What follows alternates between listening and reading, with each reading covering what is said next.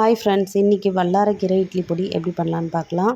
இது ஞாபக சக்திக்கு ரொம்ப ரொம்ப நல்லது. இது கசப்பே இல்லாமல் எப்படி பண்ணலான்றத இந்த வீடியோவில் பார்க்கலாம். அதுக்கு ஒரு கடாயில் பார்த்திங்கன்னா கடலைப்பருப்பு 1 டம்ளர் எடுத்திருக்கேன். அதை நல்லா செவக்க வறுத்துக்கங்க. அதுக்கப்புறம் நான் கருப்பு உளுந்தும் வெள்ளை உளுந்தும் ரெண்டும் சேர்த்து 1 டம்ளர் எடுத்திருக்கேன். இதையும் நல்லா செவக்க வறுத்து எடுத்துக்கலாம்.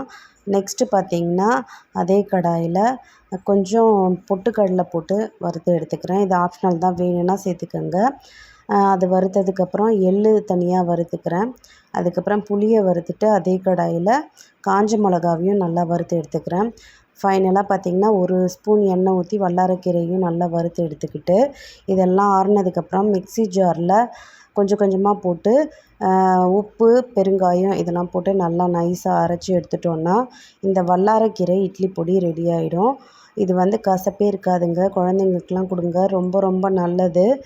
நீங்களும் வீட்டில் செஞ்சு பார்த்துட்டு எப்படி இருக்குன்ட்டு எனக்கு கமெண்ட்ஸில் சொல்லுங்கள்.